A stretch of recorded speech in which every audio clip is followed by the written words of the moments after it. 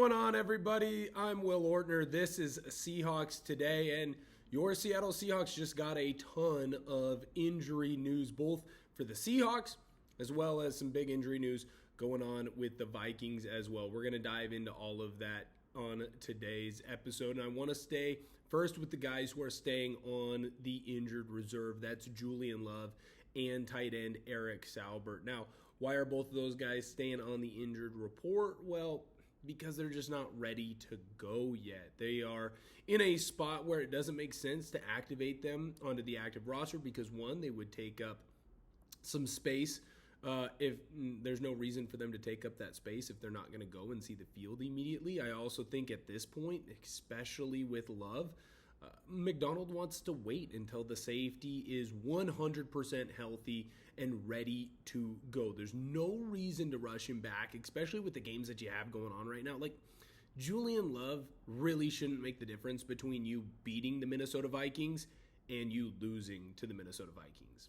If that's what's happening, then the Seahawks team isn't as good as we think that they are. And frankly, I think that right now they're a top 3 team in the NFC, right? So if Julian Love isn't ready to go, don't force him back. I think you might not even see him against Atlanta next week. I think there's plenty of time for Seattle to just kind of let them all rest, recover, be ready to go for that Colts game, that Rams game, but more importantly for the playoff games that are on the way. I do think it's important to note that there's no injured reserve for safety Ty Okada. It does actually look like he is questionable, so there's a chance he might even be ready to go and play in this game, which I think is fascinating with a core injury. Usually those take a while to heal, and they're kind of nagging. It's just an injury that the only way it heals is by you resting. Well, guess what football doesn't let you do? It doesn't let you ever rest, right? You have to be ready to go the entire time. So I find it fascinating that he might be active and playing in this game. And if he isn't, or potentially if he is, the rumor is that Quandre Diggs might be able to go. That's how good of a week of practice that Diggs has had for the Seahawks. I cannot believe that we're going to get to see Diggs back in action so quickly. I kind of assumed with him signing with the Seahawks in the middle of the week, like, okay, hey, he's going to practice a little bit. He's going to be a veteran leader. He'll have a little bit of play time, but he's going to be more of a guy that they throw in certain situations where you can get the most out of him. And he's more so there as a veteran leader to help like Nicky Manwari, help Okada, even help Julian Love when he comes back. Because whatever's happened in the NFL to Quandre Diggs hasn't always happened to some of the other guys, just because Quandre Diggs has been in the league for so long and he's such a smart veteran. But the fact that we might actually get to see him out on the field, gigantic. Now, what do I expect from Diggs when he's out on the field? I don't expect him to be the same player that he was in Seattle. I mean, he was basically a Pro Bowler every single year that he was here, and he was a guy who was in the conversation for being an All-Pro. He's just a fantastic player, but he's older now. So the expectation should not be, hey, he's going to continue to be that guy. The expectation should be, whatever that we get out of him is gravy, or that's the icing on the cake, because the cake for him is really just being a veteran presence to help a young team in the NFL and a young secondary. Now, another injured reserve player is linebacker Chazz Surratt. It was kind of announced early on in the week that he was going to go to the IR. Now, that is a big deal in my eyes because you're losing linebacker depth, but also you're losing a guy who's on most of the special teams for the Seahawks. Now, Seattle did activate the Montana Grizzly graduate Patrick O'Connell, who I thought played pretty darn well in that Tennessee Titans game. It's clear to me that there's some lateral speed that you are going to lose when you don't have Tyrese Knight or Ernest Jones out on the field and you have O'Connell out instead. That all being said, dude's a pretty darn good player, and when you have a guy like O'Connell that, is a practice squad guy for most of the year but gets called up onto the active roster, I think it's pretty damn impressive that you have that type of depth in your lineup. I think right now we've seen really 4 major linebackers play for you in those 2 middle linebacker spots between Drake Thomas, Tyrese Knight, Ernest Jones, and then now O'Connell. And I don't think that there's a gigantic drop-off between any of them. Obviously, there is some drop-off. There always is going to be some drop-off. But I've been happy with what O'Connell's been able to do for you. Shaq Griffin is also going and going to add on to the active roster. That, of course, was a move made after Derion Kendrick was released. Unfortunately, the Seahawks were not able to get him back on the practice squad. Rams went and picked him up. A little bit of a snip-snap situation there, bouncing between each team, and I do think that that is important. We've already mentioned that Diggs is on your practice squad, but you did sign wide receiver Jimmy Holiday, and he's going to go be on the practice squad as well. I think that is something that is important to note. When you have a wide receiver like that added on to the practice squad with the elevation of Cody White, playing a lot more, seeing a lot more time, especially with Torrey Horton out, it's always good to just have more and more depth. I got a few more injury news and notes, but I do have to let you know about the fine sponsor of today's video. That is our good friends over at Prize Picks. It is the holiday season, the best time of year for sports. Bowl games, basketball matchups, playoff pushes, it is all happening at once. And while you and I are out here making decisions every day, what gifts to buy, what to eat, which game to watch, there's only one place where it feels good to be right. Prize Picks. New feature alert. Prize Picks now has early payouts. If your lineup gets off to a hot start, you may now have the option to cash out those winnings before the game even finishes. On Prize Picks, how you play is up to you. If you want flexibility, choose Flex Play, where you can get paid even if one of your picks misses. If you want the biggest payouts, go for the power play. No matter your play, Prize Picks is a great way to put your takes to the test. Download the Prize Picks app today and use code CLNS to get $50 in lineups after you play your first $5 lineup. That's code CLNS to get $50 in lineups after you play your first $5 lineup.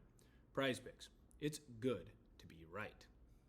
All right, so the major signing that was announced this week is Cam Akers is officially joining the active roster. The 26-year-old does kind of seem like to be your RB3, filling in after George Holani is dealing with that hamstring injury. I like the addition of Akers just because it's an iron sharpens iron type of a deal, right? Where you have 4 running backs now on this active roster and on this squad that, man, they have had some success in the National Football League. Cam Akers was a dang good running back, and for multiple years when he was in LA, like, he kind of seemed to be the bane of our existence at times, right? So, is he going to come in and take over Kenneth Walker or Zach Charbonnet's spot? Probably not, but he might fit into this system. I mean, McVay ran a similar zone type of running scheme. Akers did well in it. He's veteran presence. He's an added running back in a room that has had to deal with injury issues this year. At some point, basically since the start of training camp, Holani, Zach Charbonnet, and Kenneth Walker have all had to miss time. So I don't hate adding Cam Akers into this system. He's a veteran presence. He's been on multiple teams this season. Most recently was with the Minnesota Vikings, but this wasn't a like, hey, let's get Cam Akers in and find out what they're doing offensively. He's on the active roster, so I would expect him to be around here for a little bit of time. Myles Gaskin also going to the practice squad. I think that's important to note just because I like it whenever Seattle signs a local guy. I always think that's a fun story to talk about. And when you have an O'Day product, it's going pretty darn well for the Seahawks to have a guy like Gaskin on the P squad. Now, the last little bit for the Seahawks before we get into the Vikings news is that defensive tackle Rylie Mills has been activated to practice. Now, he's not going to play in this game. He's not able to go. And in fact, I don't expect to see Rylie Mills probably for another 3 weeks. Like, he is going to, and he should, use all the time allotted to him to ramp himself back up and be ready to go for the Seahawks. Remember, Mills tore his ACL in last December in that Indiana-Notre Dame playoff game. It usually takes about 15 to 18 months for most guys to be 100% healthy after an ACL tear. That's why you see a lot of sayings with ACL tears. It's the second year where you're back to normal, not that first year. That's why the Adrian Peterson rushing record year was so damn impressive. With Mills, obviously, he's at like a year right now. So let him kind of build into it. And then maybe there's a potential chance that you get Jarran Reed and Mills back at the exact same time. Now you're cooking with grease. Like, watch out. What can that squad do? Can they go out and make big moves for you, big plays for the Seahawks? And that defensive front that was already pretty darn good, now they get really freaking good. So I am excited for Mills, but I would say at the earliest, like, don't expect him until like around that Carolina Panthers time. I would not expect to see much of him until then. The other bit of news coming out of Minnesota is that J.J. McCarthy is not going to be able to go. He's going to miss this game. I had kind of said and alluded to that earlier in the week in my preview, as well as a short that I put out when Rossini said that she did not expect him to play, and she was getting her information from a lot of people inside of the Vikings staff, right? Well, we're going to get Max Brosmer. There's a lot of comparisons right now of him to Brock Purdy. Good luck. Good luck, Max. I understand that J.J. McCarthy has not been fantastic this season. I understand that the joke is that Seahawks got bad news because Brosmer is going to be the starter. It's an undrafted free agent, and he's going to go up against what I would say is the best defense in the National Football League. McDonald's great at disguising things. That defensive front can eat. It's not like the Vikings' offensive line has been all that good anyways. Don't be shocked.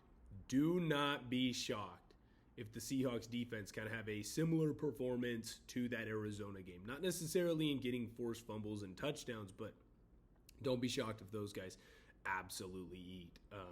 I wouldn't wish it being a starting quarterback in your first ever start against a Mike Macdonald defense, especially this Mike Macdonald defense. Thank you guys so much for tuning in. We really appreciate it, and I can't wait to see you guys next time.